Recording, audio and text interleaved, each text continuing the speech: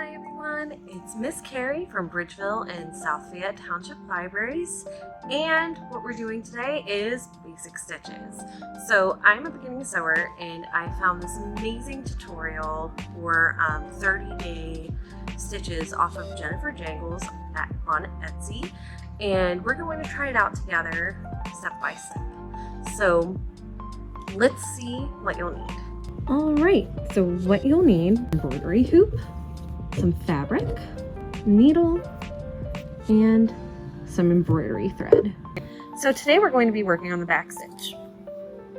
The way that you do backstitch is by putting your needle through in the back, bringing it all the way through your fabric, and then kind of starting like a running stitch where you pick a length, you put your needle back through on the front, and you want to bring it all the way through. Whoops, I grabbed my end. And then you're going to pick some distance away,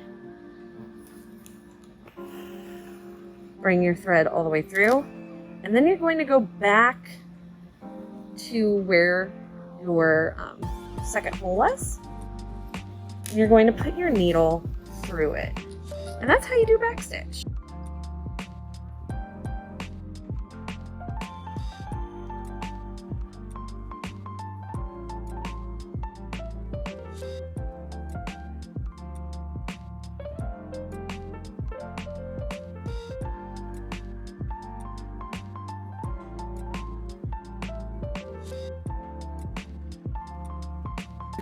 Alright, and then once you're done, flip it over.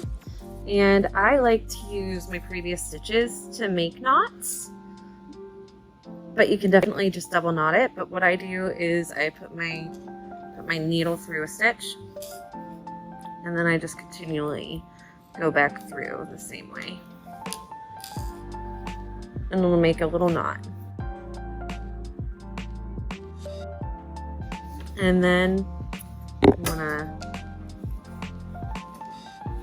take off the tails from your knots, and that's how you do a backstitch.